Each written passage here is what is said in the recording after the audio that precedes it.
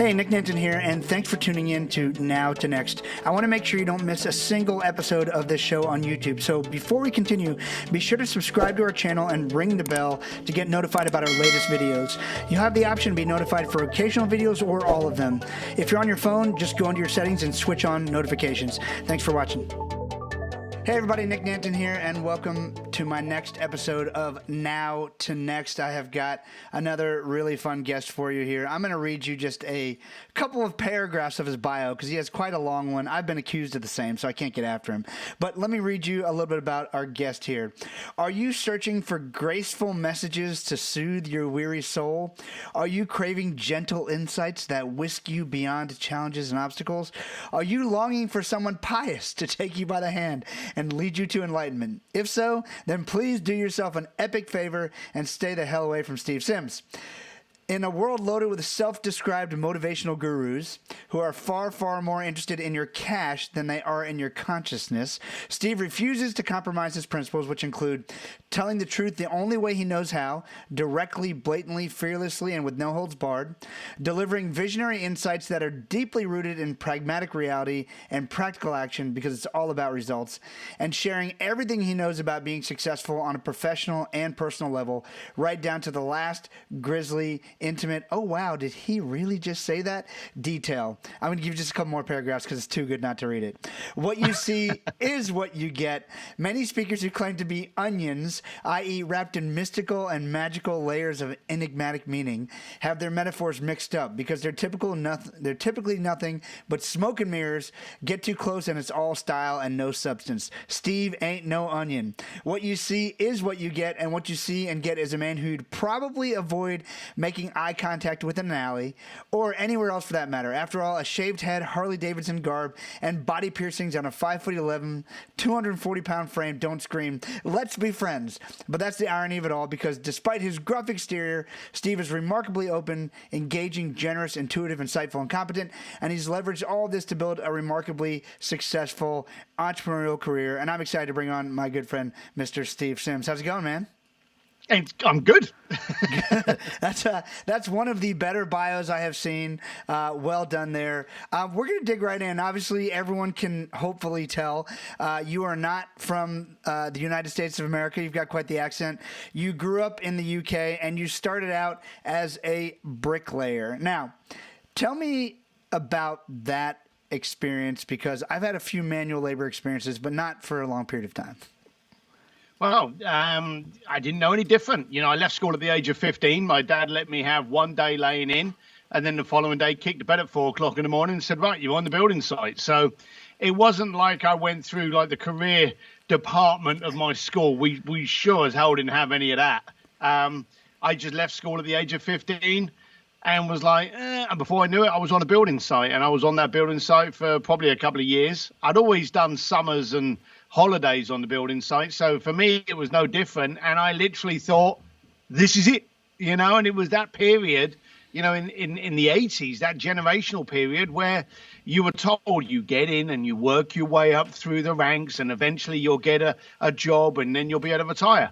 That was what we was convinced. And if you think about it, and I'm older than you, the word entrepreneur now and hustler is revered. If someone came into your office today and went, hey, I'm a hustler and I'm the best entrepreneur you're going to meet, you've employed them. But back then, being an entrepreneur and a hustler, that was a bad thing. You know, you were basically stealing car audios and selling them at the back of the pub. So people used to accuse me of being a hustler or an entrepreneur because I couldn't settle. I didn't know what I wanted to do, and who does at that age? I totally get that. It's funny, when I had worked with Brian Tracy for maybe 3 or 4 years. We were at a cocktail party, and he walks up to my business partner, Jack, and he says to us, he goes, you know, we're just alike. The three of us were just some good old-fashioned hustlers. And I was like, you know, and it was true, just guys who were just working their hardest. But you couldn't have said that 20, 30 years ago. It would mean, again, you're hustling someone. It's a totally different context. Funny? It's funny you say that. As I say, I grew up in a rough area of London, and I don't know what I had done, but I had got in trouble somehow in school, and I had been sent to the headmaster to get a cane. and that was where they caned you. You opened up the palm of your hand, and then they gave you 3 smacks with a cane, and it made your hand sting. On the second cane, he said to me, "You're nothing but a hustler, Sims." And the funny thing was, I never felt the pain for that or the following whack, because I was like, why is that a bad thing? Why is that a bad term? And it's funny. We've all got these pivots and these moments in our life that make us go, oh, I'm going to do that. That was the moment that I was like, why is this? And I didn't think I was wrong. I thought the headmaster of the school was uneducated to actually use that term. And it was startling. It was so funny that in the middle of something painful, I mentally pivoted and shifted and went, yeah, I am. And it's a good thing. Why are you such an idiot to think it's not? So funny that should come up. I love that, and there's so much there. I'm first of all not at all shocked that you got a caning in school. My dad and my grandfather's the whole. My parents were from the island, so the British system caning. I mean, my grandfather I think had the record for the most canings, which I'm sure you're shocked by as well. But there's a couple fascinating things in there.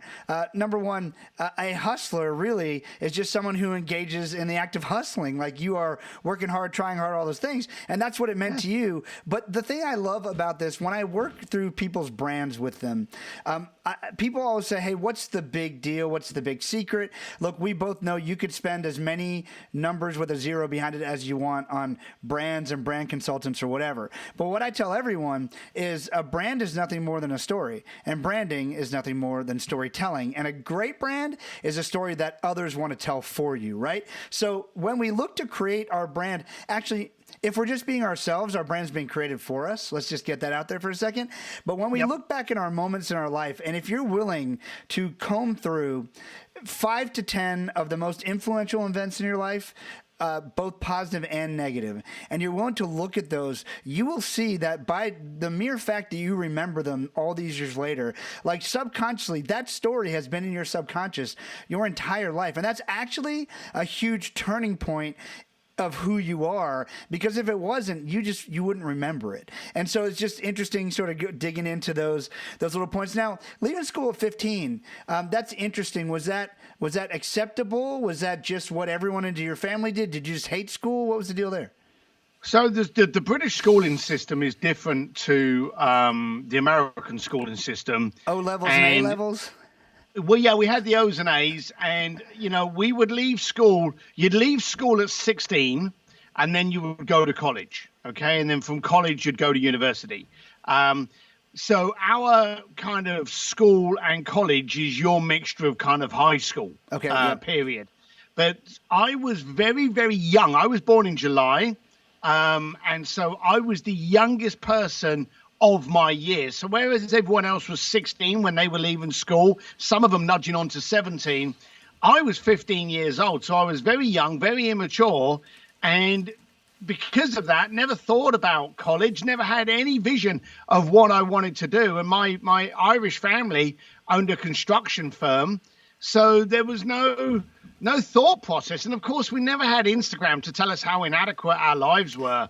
And, how that person over there has one of those cars that we can never afford. We never had any of that. So I never knew the word Ferrari. It had never left my lips. I never knew the words Audemars Piguet or, Mandarin Orient. We never knew those things. In fact, when I say that we were working class, and it hurts me to say, and I have to correct it quickly, but in my later teens, I got very resentful for how poor I was. And it wasn't until my early 20s that I realized I was financially restricted, but I was incredibly wealthy because I was being taught to keep my word. I was getting up at 6 o'clock in the morning, working my ass off until 8:30 at night. I know what hard work is. Now, hey, we all want to work smarter, but when we need to work hard, some of us are incapable of doing it. I'm not. So I was realizing in my early 20s, as this hustle was starting to grow, how competent I was to work hard, value my bond, value my credibility. And you talk about branding. I never cared. It was one of these things. I grew my brand by not caring about my brand. And I just became the ugly thug looking guy in the corner that could make shit happen. My brand was built for me. And then, as you say, when people start spreading the word, if someone says something about you and introduces you into the conversation, you're already walking in with credibility, regardless of what you look like. So it was funny that my first takeaway was on my 18th birthday. Up until that date, we had never, ever taken food. We'd never had food delivered to us. And I remember when I met my wife, Claire, who's, my anniversary of 33 years this Friday, we went to an Indian restaurant. And to say that my family's like a thick-headed Irish family, my mum said to me, "Ooh, why are you going to that ethnic restaurant?" That's how she termed it. Why are you going to that ethnic restaurant? Not Indian, ethnic. It was just weird. But that was the kind of mentality that I came from. So 2 things happened, which I didn't realize. One of them, it wasn't a case of I was held back. It was a case of I wasn't introduced to anything. So I never had my eyes open to what was possible. I got 3 kids now, and they've done everything from bloody horse riding, water skiing, shooting guns, unarmed, judo, karate. You try to get your kids to do as many experiences as possible so they grow their education. I didn't have that. But at the same time, something else occurred, which actually ended up being my secret sauce. I wasn't scared of anything because I'd never experienced it. So I wasn't scared of talking to the rich people. I wasn't scared of walking up to someone that was powerful and going, "Hey, how did this happen for you?" I had no fear. I was a 5-year-old kid. In fact, my wife says I'm a 55-year-old 5-year-old. I will literally go forward, and she's always said that my superhero power has been the power of ignorance. It hasn't frightened me. And forget intelligence and education. Can you imagine what you would achieve today if you weren't scared of trying? It's that was my view. That was my beginnings. I love that. Now, so first of all, we need to mention you do have an amazing book called Blue Fishing. It's been out a couple years now. I was just late to the party. I had a big stack I was getting through. But everyone, you got to check out the book. It is amazing. It does go through all the stories in full depth. But one of the stories from the book that I love is you were sort of walking with your mom, I believe, and you saw a purse, or she saw a purse, and she said, "You said, oh, Mom, why don't you want something? You should get that." And she made a comment that had a huge impact on the way you think. Tell us that story. So Saturday afternoon, my mum would kind of like wander me around like London, and we would walk up all the expensive neighborhoods and the expensive shop. We never ever bought anything, but she would specialize Saturday afternoon, me and her, window shopping. And we were walking up Bond Street, which is the same as kind of like Fifth Avenue, and every country's got this street, like Rodeo Drive, that's got all the big brands in it. And we're walking up Bond Street, and on the opposite side of the road was Gucci. And funny, the Gucci store has never moved. So I've been back there many times, and it's always kind of irritated me a little bit and created a trigger. But we were on the opposite side of the road, and my mum is looking, kind of stretching her neck at a handbag in the window display. And she's kind of like doing all this. And I went to walk on, and she's like, "Hang on a minute, I'm looking." And she was looking from the other side of the road on a crowded Saturday afternoon into the window of Gucci. So she said, "I'm looking at this." And I went, "Oh, okay then." Naturally assumed she wanted to go in and get a closer look. So I stepped off the path to cross the road. And I was holding her hand at the time. I was only a kid. She yanked me back. Now, my first thought was that there was a car coming or something. But on Saturdays, they didn't used to allow the cars to go up the street. So I know that couldn't be it. But it kind of startled me back. And I'm like, what? Wondering what was putting me in danger that she would pull me back. And she said, "What are you doing?" I said, "Well, I thought we were going in." And she said, No. We don't go in there. That's for other people. And I couldn't fathom, again, that's where the ignorance came in. It was a handbag. If you've got enough money to afford it, where does other people come into it? If you've got the money, buy the damn bag. It made no sense to me.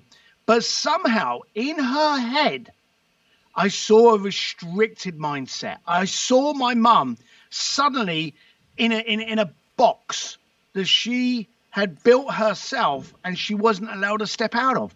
And it was very upsetting. And when I left the bricklaying world and went on my journey to try and find where I could, and I ended up traveling around the world and all this kind of things, one of the companies I ended up working with was Ferrari. And I actually came back to England, and one of the perks, and you know this, I don't drive a car. I have 12 motorcycles and I'm always on two wheel. I don't own a car. Quite happy about that. But Ferrari's deal was every time I land in a different country, go to the headquarters and borrow a car. All right. I never wanted to do it. And sometimes I would get it, take it back to wherever I was staying and just leave it there for 3 days, ride around on a motorbike and then drop it back on the way to the airport. But this time I got the car and I took it down to my parents. And I thought, because I knew my dad always liked cars, my dad was over the moon. I forced him, almost had to get him into a headlock to drive this car. And he was like over the moon about it. And I had bought a Gucci wallet. And I remember how Mum looked at these Gucci, and I bought a Gucci wallet to kind of like symbolize, hey, I can afford what I want. There is no other people. It's me, and we're all the same. That's what I felt. And I said to my mum, hey, look, do you remember our little trip to, and she said, what's that? And I said, it's my wallet. Of course, it's got G's all over it. I was like, it's my Gucci wallet, Mum. And she was like, why'd you spend money on that? I'm like, well, I just, she's like, well, that's a waste of money. And she was all offended. The funny thing was, she had allowed her parameters and her fences to hold her back. I allowed those fences to force me to go forward and to knock them down. And by doing so, when I went back to her and I tried to take her out to a really nice restaurant that was local to our town, she didn't want to go. She was so set in her ways, she actually looked at me at bitterness. My relationship with my mum, sadly, was never very good once I left the building trade. And I think part of it is envy, because I had conquered what she was terrified of. And even though I try to explain to her, part of the reason I'm doing what I'm doing is because of the fear you had and how I didn't want that fear. So you're the catalyst for getting me where I am. She never accepted it. It was very strange. And I've always, and you talk about branding, even when I'm coaching people now, I find that 9 times out of 10, the first and largest problem of anybody is in their head. And it's strange how we actually do respond to it and respond to inadequate people and comments. It's so true. One of my favorite Tony Robbins stories is, as he's talking about, he's asking someone, well, why don't you want to do that? And essentially, and the stories for all of us, it's, well, they would say this, they would do this. And he says, who are they? And by the time you nail down the they, it's pretty much like the kid who bullied you in middle school and a family member or something. It's like, no, just get rid of the they. It's like the royal they. Just get rid of it. Like it's really like two people that are stuck in your head that are holding you back from achieving a ton of things that you want to achieve. You went from being a bricklayer and you got into the financial business. It sends you overseas and you end up becoming a club bouncer. Give us the brief version of that, because I love the story of how you made the club sort of blow up in a good way, not in a bomb sort of way. Yeah, my friend in London worked at a bank and told me that they were recruiting interns and did me a favor because I had actually saved him from a beating at school. And so he actually repaid the favor by getting me an interview. And I turned up with my dad's suit. There was like about 4 inch off either shoulder. It was horrible. But they were recruiting something like about 80 people to go over to Hong Kong to open up a new division. And so somehow I got wrapped up in this group and got flown to Hong Kong to become a trainee stockbroker. I landed on the Saturday, got drunk with them on the Saturday. I got drunk with them on the Sunday, went to orientation on the Monday, and I was fired on the Tuesday. They realized I had no clue what I was doing. And to say that it was the shortest career in finance is an understatement. I probably think they spent the whole day just trying to work out which one of them was going to stand up to me and fire me after 24 hours. But I ended up working in a nightclub. Quite simply, I was rolling around Wan Chai in Hong Kong, depressed. Where's my life going? Claire, my wife, is in England. And I'm thinking to myself, oh, my God, how am I going to tell her that I've just lost my job? Her parents had given me a couple of grand to help me on my way over there, or to pay me to go away. I've never kind of worked out which one. And I was literally just kind of like, trying to drown myself in whiskey at this dodgy nightclub. And this lady came out to me and she said, it was funny. She said, "Your people in there." She said, "They are causing trouble. You get them out or I get them out." Now, bear in mind, I was drinking on my own, so I didn't know who your people was. And I went, "Well, what are you on about?" And she said, "You get your people out and I buy all your drinks." Now, the fact that I was going to try and kill myself with alcohol that night, I thought, I'm going to take that deal. So I went inside and there were 3 white guys at a table. And they were obviously getting a bit lashed up and getting a bit loud. And she basically thought, well, you're both white, so you must know each other. So I diffused the situation. I just sat down to the guys and I said, "Look, I've just been asked to calm you down, get you to pay your bill and leave. That's it for me. I'm going to wait outside." And I said to him, come back tomorrow and get a free beer. But if you don't do this, I've seen who's behind the curtain over there. And I just pointed to the curtain. There was no one behind there.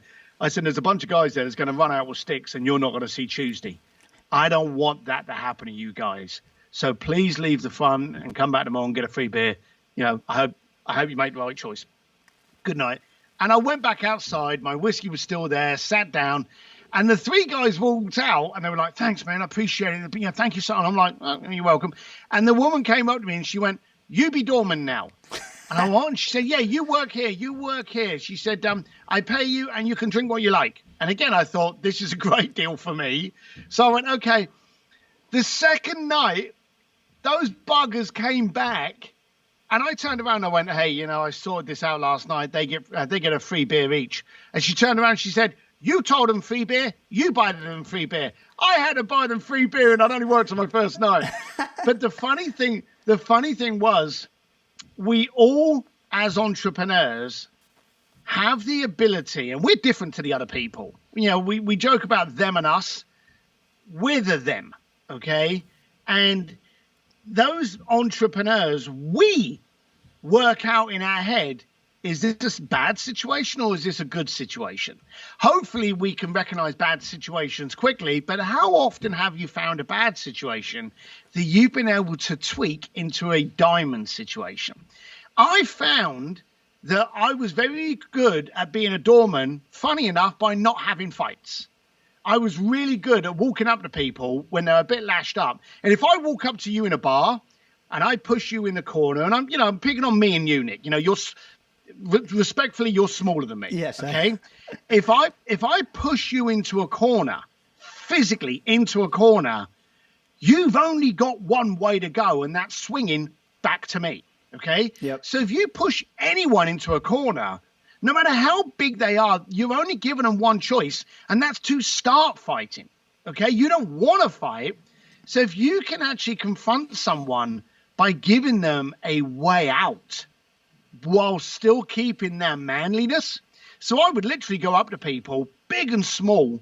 And it was always funny when you do it to the smaller guys, and you go out there and go, "Look, I've just been asked to get you out of the club. You're having a bit of fun. Good for you, boys.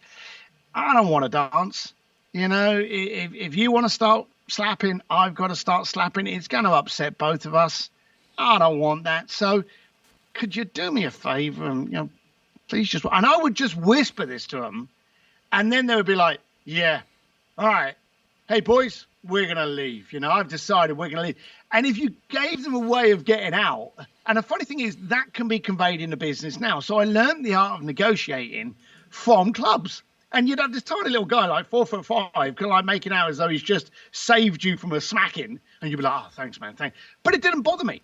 I didn't care. So they started putting me into the more affluent nightclubs. And then this is where it started to happen. I was now on a soapbox where I could actually watch rich people come in and I could play the game. I want to be that guy. I don't want to be that guy. I want to be those guys. I don't want to be those guys. And you can tell just by the way the guy turns up in a car and like gives it a quick little rev before he turns it off, looks at the valet boy as though he's scum, and then looks around to everyone to make sure that they've seen him in his new rented car. I didn't want to be that guy. But the cool guys that came up went, "Hello, mate, is it a good night tonight?" And you just go, "Actually, it's a bit quiet. Come back in an hour." They'd be like, "Oh, cheers, we'll go and have a bit." And then those were the guys that I wanted to be. So more and more, I started playing the game. Who do I want to be? And then the next step was, what do I need to do for these guys to get me into the circle? Because you are the combination of the 5 people. Very boring cliche, but very accurate. So I wanted to improve the 5 people around me so that it never ended up, as Tony says, those people, they said, I wanted to get rid of those. I wanted to surround myself with people that were achievers. The way that I found out to do that was to tell them where all the best clubs were, where all the best parties were. And then before you know it, I started throwing the parties, and then I started marketing other people's parties. And I went from throwing parties in back rooms of shady nightclubs in Wanchai to, as you know, ended up working for like the Kentucky Derby, the Grammys, and Sir Elton John's Oscar party. So it kind of developed. Yeah, it certainly did. One of the lessons I love that you share there is about a party with a password. And you have in your blue fishing playbook, you have a rule that there's a password for every door. You just have to listen for it. So give us that brief story, because I think that's really, a good one. Well, the easiest way is to create a smile. Okay, so what we did was we didn't know how big a location we would ever have to rent, depending on how many came. So what we would do was we would send out, and here was the dumb thing, we never had emails at the time because this is in the 80s and 90s. We'd send out these faxes that there's a party Friday night at 8 o'clock, Friday afternoon, you'll get the password and location. So we made it sound all really secretive. But really what would happen is by the time Wednesday came along, if we'd have sold 100 tickets, we only needed a location big enough for 120 people. If we sold 200 tickets, we only needed something big enough for 250. So we would always do that. But what happened was we started sending out these passwords. So the first reason was it saved us on location. Like me and you know people that throw these events, and the first thing they do is they book a bloody 3,000 person event hall, and then they're under the stress of selling it, So I never wanted to do that. So I always sold and then got. But then I would give them a password, and the password was always stupid because I wanted to work with people that were humble enough to have a bit of a giggle. So I used to say things like, the password is 2 of the Teletubbies, or the password was, finish this sentence, 1 fish, 2 fish, red fish. So people would literally come up once we'd given them the location, and they'd be like, Tinky Winky Po. We'd be like, oh, go on in, man, and we'd do that. But the funny thing was every time people would say that, they would get the reaction of you. You'd smile. So everyone walking through the door was always smiling. And we never had one issue. And you'd get people walk up to the door, and I remember this one perfectly. We took over this yacht, and there's a gangplank, and me and my fellow meathead, we're at the bottom of this gangplank, and there's a young girl checking off all the names, taking the passwords. The whole boat's going crazy behind us. There's a lineup of people. This was in Macau. There's a lineup of people waiting to get onto the boat. Everyone's looking good. Cars are pulling up, dropping people off. And this guy steps on, he's like, yeah, I'm here for the party. And she's like, oh, sorry? And he says, yeah, I'm here for the party. You let me in. So I step forward, and I'm like, sorry, what's going on? He's like, I'm here for the party. And I look at my mate. Now, bear in mind, the boat behind us is swaying because of the party and the music. You can see the bloody thing going on as much as you could a bloody elephant. And I turned around to my mate, and I went, hey, do you know where there's a party tonight? He's like, no. Is there a party going on? I said, well, this guy says there's a party going on. And we start having this conversation between us. He says there's a party. No, I don't know there's a party. There was a party last week. Maybe he's talking about, no, I don't think so. I think he's talking about a party. So we're completely blanking him and having a conversation between us. And then we're like, every now and then we would include him and go, but hang on a minute. Let me ask, where's the party then? He's like, there's the party. He thinks there's a party here. Is there a party? I don't think there's a party. Maybe the guy's a little bit funny. Is he high? I don't know. Are you high?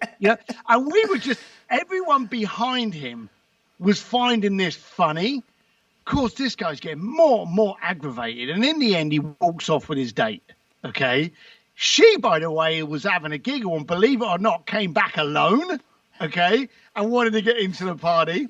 But everyone else after him would walk up and just go, bluefish. And we'd be like, in you go, mate. Have a good time. So we found And again, this was a metaphor that I took with me all the way through my world. And you've worked with me many, many years. You know me. I've always made sure that if you focus on who you let through the door into your project, your company, your course, your inner circle, your party, whatever, if you control who walks through your front door, you remove 99% of the problems inside. So I always focused on my front door. If I could make sure that everyone was humble enough and smiley enough and good for a giggle, I removed 99% of my problems. We never, not once, had anything worse than someone dropping a glass by accident. Never once. So that's how that came about. And the funny thing was, we then found that we were getting quite good at it in Asia. We launched a company. We called the company, and I don't know if you know this, it's not in the book, but we called the company Trianon. And do you know what Trianon is? I do not. Trianon is the court of the Greek gods. So when the Greek gods can't come to a decision, it goes to the final say in everything, and that's the Trianon. So we came up with the most precocious name known to mankind, Trianon. We were the final say on all, nightlife and events. And we didn't even know what we were really doing at the time. So we were just, we can do anything. We were the people that, can kind of thing. But people would phone us up and go, hey, is that bluefish company? And we'd be like, it's not. We're Trianon. And then they would hang up. And believe it or not, we were hanging up on people, or they were hanging up on us. And it was the secretary, one of our assistants, that turned around and she said, you do know that you're that bluefish company, don't you? We're like, how are we? Your passwords. Because we were using like about 3 or 4 different passwords, we hadn't added up 2 and 2 and realized that people were thinking that was us. We did a name change and we became Bluefish. That's great. Another one of your tips that I love is when you're talking to somebody, ask why at least 3 times. If someone tells you they want something, want to do something, you typically would say why once. I'll let you fill everyone in why you think the importance is in 3 times. So people are scared. And you know this better than everyone because you need to ask why so many times to be able to produce the fantastic work that you do. But when you're talking to someone, you say to someone, hey, what do you want? The first response you're going to get, if you said to someone, hey, this weekend, if you could do anything, what would it be? They'd be like, oh, I'd have a hot tub with all the Hawaiian tropic girls and I'd have a fleet of Ferraris and I'd be on a private jet by that afternoon. And then you go, oh, that sounds great. What would you do the following month? And if you start drilling down and down and down, sooner or later, it'd be like, oh, I'd like to buy my mum a house and I'd like to work on the garden with her. So when people first speak to you, they give you the response that they feel puts them in a good light. They also don't want to humiliate themselves by revealing the core of what they want. Now, we can both talk about a fellow friend of ours, Dan Fitzpatrick. Dan Fitzpatrick with the Joe Polish Genius Network Group. Got to give a shout out to Joe Polish. You must. It's a rule.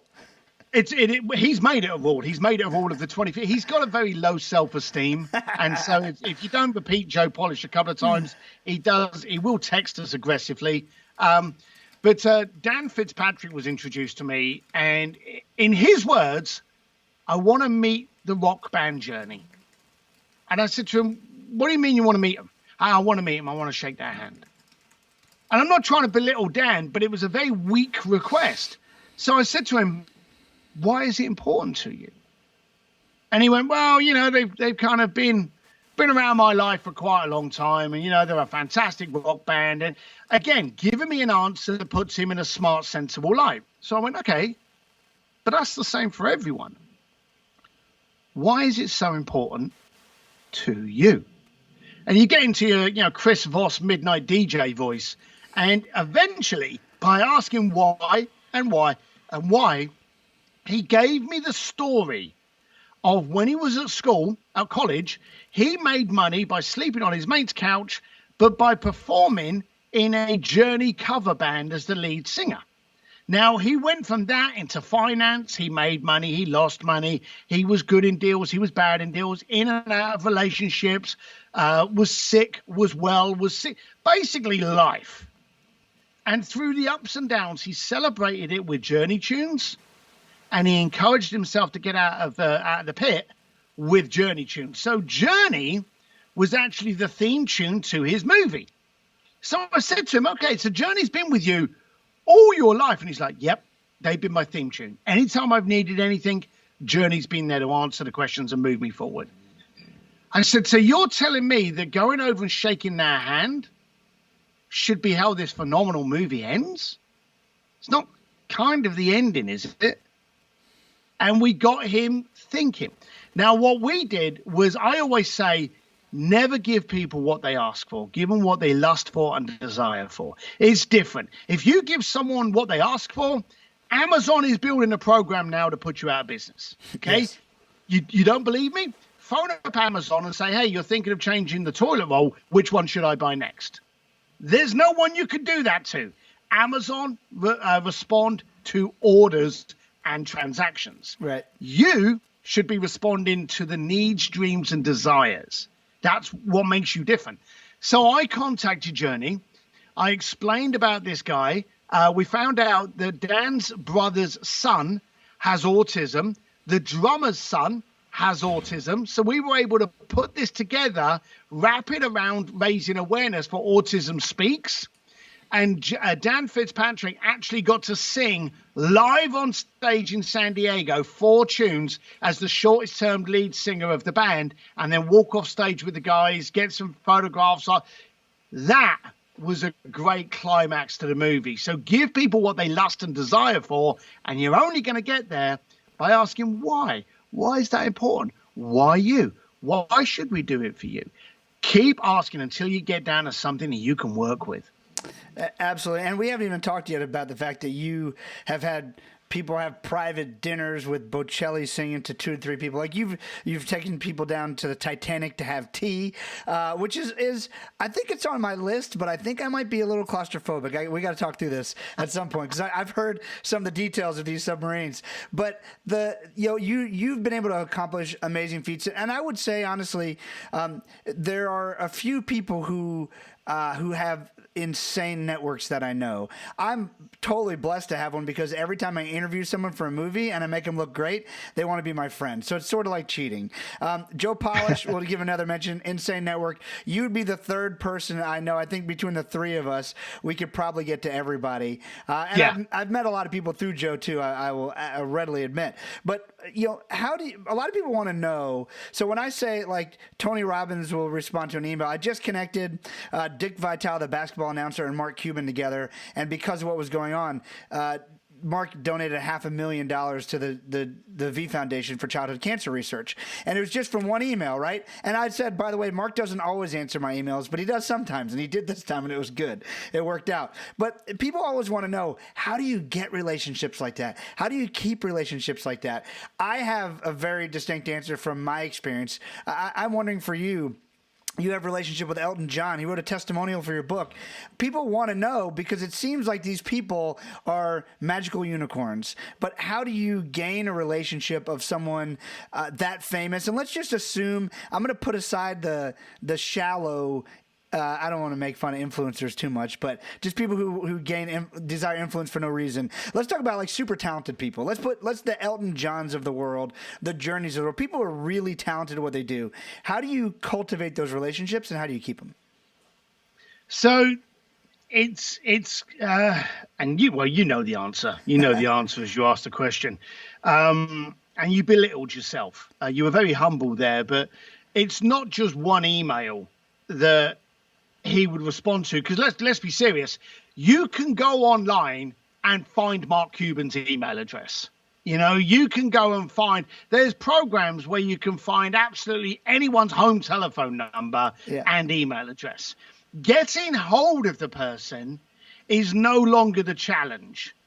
The challenge is being so impactful and so much of a solution that they want to engage in a conversation with you. Okay, that's the key element that's important now. not getting your foot in the door, being welcomed in for coffee and cake. So when I have a relationship, the first thing before, and none of these happen flukely, okay? When I went and got in with the Elton John Foundation, I attacked that puppy. I did my homework. I knew what I wanted out of it. I knew what was in it for me. So I needed to look at how I could make it a win for them straight off the bat. I literally went up to the people that were behind the Elton John AIDS Foundation. I said, I really love your event, but you're losing thousands of dollars because it's not working right. It's not working syncly. And I've got about 4 steps where you can actually go. And I'm one of the guys who took it from a $3,500 ticket to a $7,500, $10,500, and $15,000 ticket. And they were like, that's not going to work. And I said, let's try it. If it doesn't work, what have you lost? We tried it. It worked. I became a value proposition. Any of the relationships that you have, you need to be a value of. You know, I always say that selfishly, everyone in your group should make you better. Okay. I have people in my group that challenge me mentally. You know, why are you doing that? Why are you getting involved in this? I have people that can help me with education, whether it be on starting a new business, raising capital, whatever. I have other people that have no money, no business acumen, but they make me smile. They encourage me when I'm down and they tell me bad jokes. Every one of these people are there to benefit you.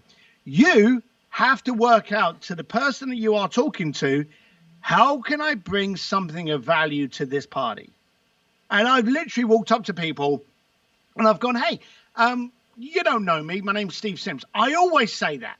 And it's funny because it's obvious they don't know me, but it gets it out of the way, you know, because they may be sitting there going, have I met this guy before? Am I supposed to go, hey, it's good to see you again? If you walk up and go, hey, you don't know me, I'm Steve Sims, it relaxes them a little bit. And then you quickly turn around and go, hey, I know you're working on a project and I can't help thinking that you're missing the window on this opportunity from the project. Have you considered doing this? And I will throw that in quickly. Now, sometimes I've had people going, I haven't. Let me introduce you to Birdie and let's chat about it next week. That's fantastic. And then you go from there. I've also had people turn around and go, that's a great idea. Yes, we did think about it 6 months ago, and that's why we cancelled the project 6 months ago. And you go, oh, okay. And they go, but hey, I like the way your brain thinks because it took us a year to get to that. Maybe if we'd have come to the party last year, we'd have saved ourselves 6 months. So would you be willing to look at another couple of projects? Well, look, yes, I would. Send them over to me. So you've always got to enter into any relationship with value. What do you bring to the table?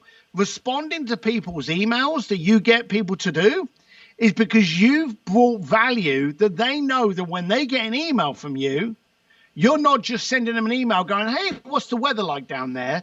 You're bringing them someone of value to their world. And that's why people will answer your emails. And that, thank you. And that is the secret. I say everything in life is just an exchange of value. And yep. One of the things that so many people think it requires money. And that is such a misnomer. That's actually the hardest thing because it's the easiest thing to quantify, right? So if you ask someone what their speaking fee is, there's a number. But if you say, hey, if I were willing to do this for you, would you be willing to, and half the time it won't cost you anything and they'll get what they want. I've had so much fun with taking things that have a certain value and turning it into something that has a much greater value. I think you know the story. I bought a cigar that was half smoked by Winston Churchill, and I created the last 500 cigars on earth that you can share with Winston Churchill. We sprinkled some tobacco in 500 limited edition cigars.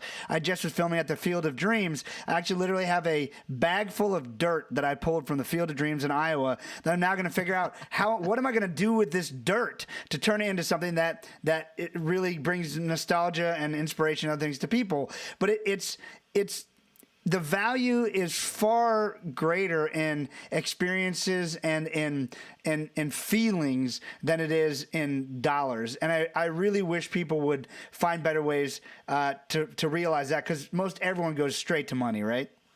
Oh, it's the easiest. The money is always the last conversation. There's a couple of points here.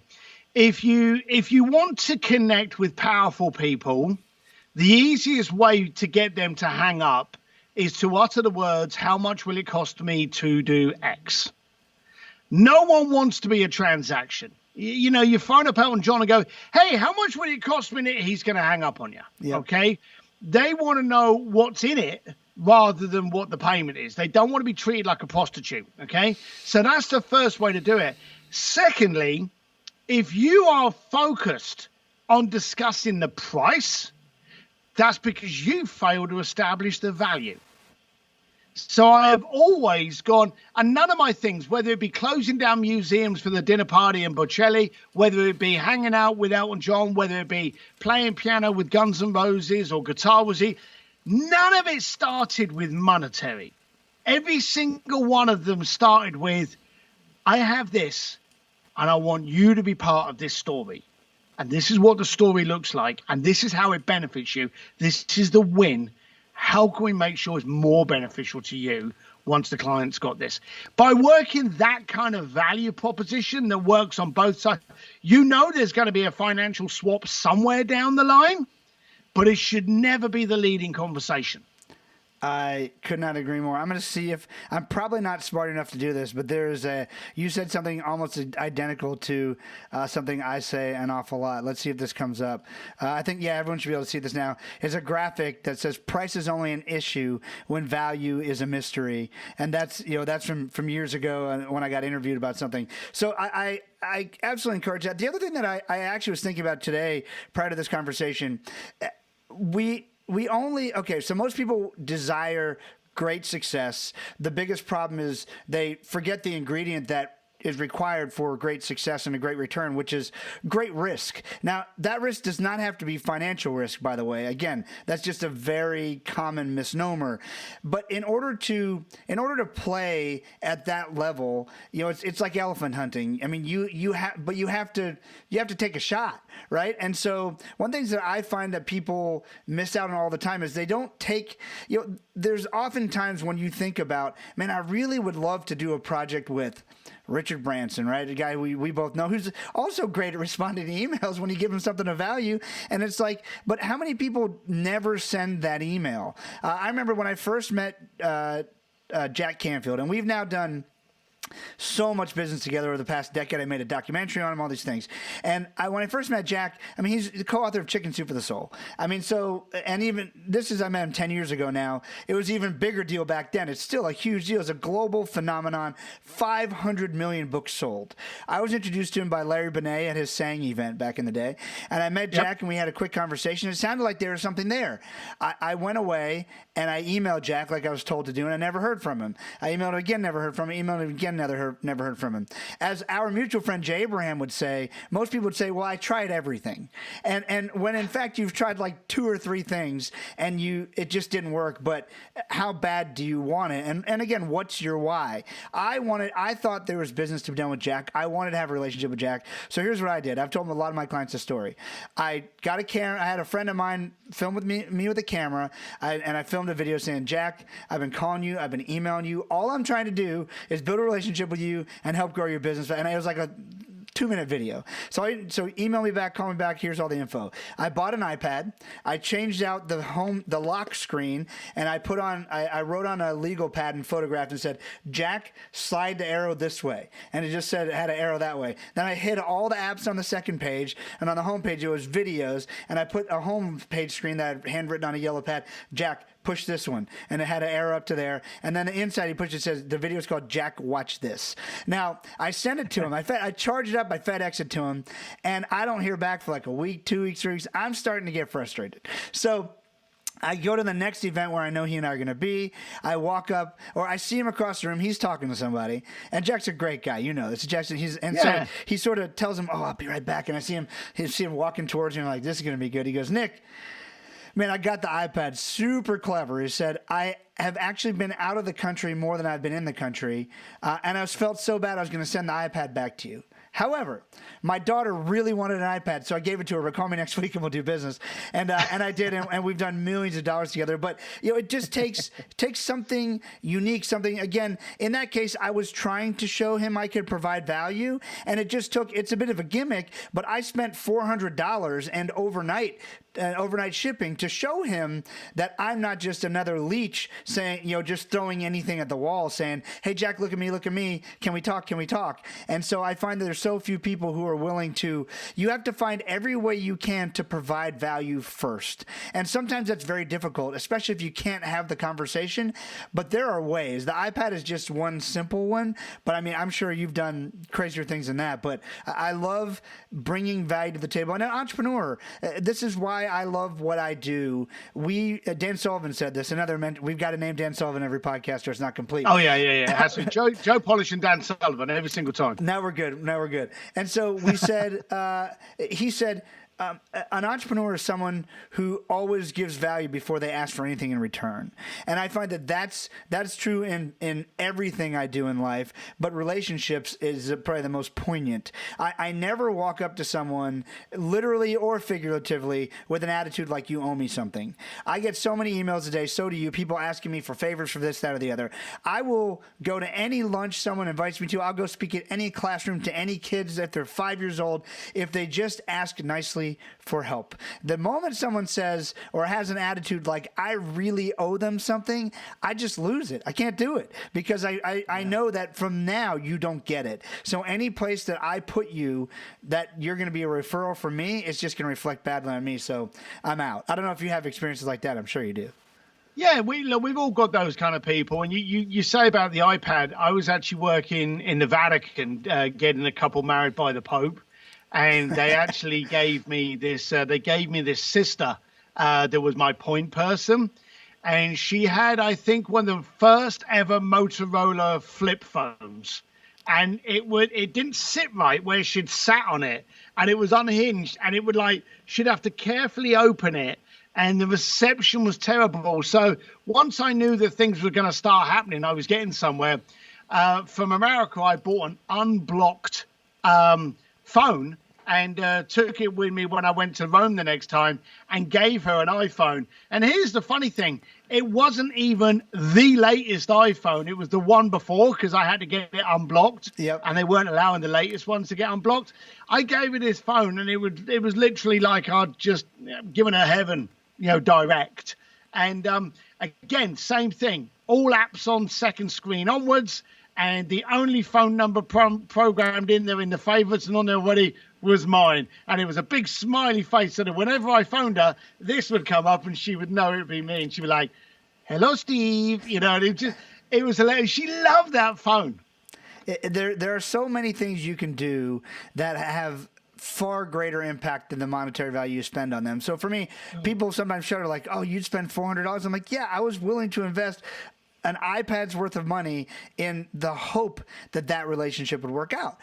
And I did the same thing to Richard Branson. He didn't call me right back, but I did see him at an event. Actually, I went with Joe Polish. We shouldn't say his name. If we say it a third time, he's going to show up. So let's not do that. Yeah, we can't do it. It's like Beetlejuice. Yeah, exactly. And so I sent it to him, but I saw him at an event. He goes, you're the iPad guy, aren't you? And I said, yeah. He said, that was really clever. And we had a good conversation. Now Richard's been in, 3 of my movies and other things like that. And so it is all about, as I interviewed my friend Sally Hogshead earlier this week for my coaching group, different is better than better. And so there's so much you can unpack from that.